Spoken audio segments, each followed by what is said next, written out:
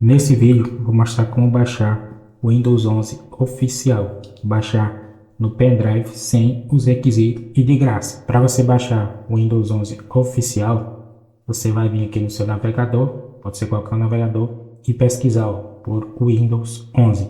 Aí vai aparecer aqui, ó, o primeiro resultado aqui, que é o Windows 11, você vai clicar, aqui vai levar para a página aqui que vai ter algumas opções de você baixar. Tem esse aqui que é o assistente de instalação. E tem esse aqui, ó, que é criar mídia de instalação do Windows 11. Essa opção aqui que cria, que baixa já no pendrive, no jeito de você fazer a instalação. Então é só você vir aqui, ó. Você pode expandir aqui e ver algumas informações. Então você já pode vir aqui direto e baixar, ó. Baixar agora. Aqui vai baixar o programa. O programa aqui, ó, bem rapidinho, já até baixou aqui. Aí você vai clicar e vai permitir em sim. Ele vai iniciar aqui, ó, só aguardar um pouquinho. Ó, ele vai iniciar aqui, instalação do Windows 11. Aí você vai ter que aceitar aqui os termos, ó.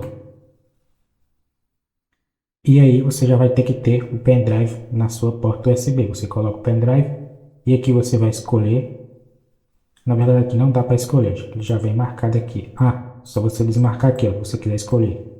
Que não dá para mudar o Windows, dá para você mudar aqui o idioma, mas você já pode deixar aqui nas opções recomendadas, que é português do Brasil e o Windows 11, que é o Windows 11 oficial. Você clica em avançar, aí aqui ele vai perguntar se você quer no pendrive, ó, unidade flash USB, que pode ser o pendrive, ou ISO. Você vai deixar aqui, ó, no flash USB e vai em avançar.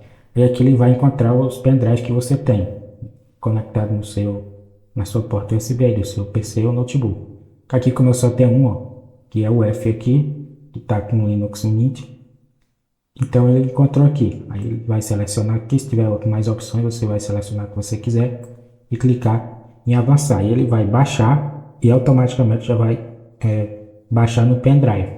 Aí quando ele concluir aqui, já está pronto para você fazer a instalação.